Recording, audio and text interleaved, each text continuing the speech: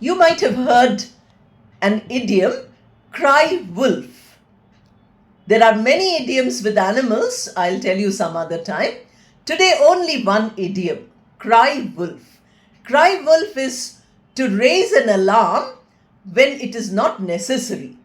I'm sure all of you know the story of the shepherd boy who kept crying wolf, wolf whenever he wanted, just for fun. The story is like this. A young boy, he had to take his sheep for grazing, into the fields. He used to get bored. He thought that if he says, wolf are killing his sheep, then all the people would come and help him. So first day he did that. He started shouting, wolf, wolf.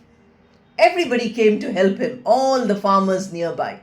They said, there is no wolf. The sheep are happily eating the grass. Then they went away.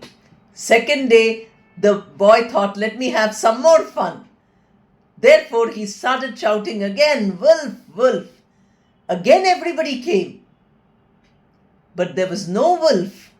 The boy was only making fun of them, deceiving them, cheating them by calling wolf. Unfortunately, on the third day, a real wolf comes and attacks everybody there. This boy, in great fear, he starts shouting, wolf, wolf. But nobody comes. The farmers say, oh, this young boy, he's just pulling our leg. Pulling our leg is again another idiom. That means he's deceiving us, he's cheating us. So we will not go. Let him cry wolf. But the real wolf destroys everybody and the boy is helpless. So that the moral of that story has become an idiom today, cry wolf. Many times we raise a false alarm, and that is what is cry wolf. Everybody cried wolf, but there was no thief in the house. So everybody said, oh, thief has come, but nothing was there.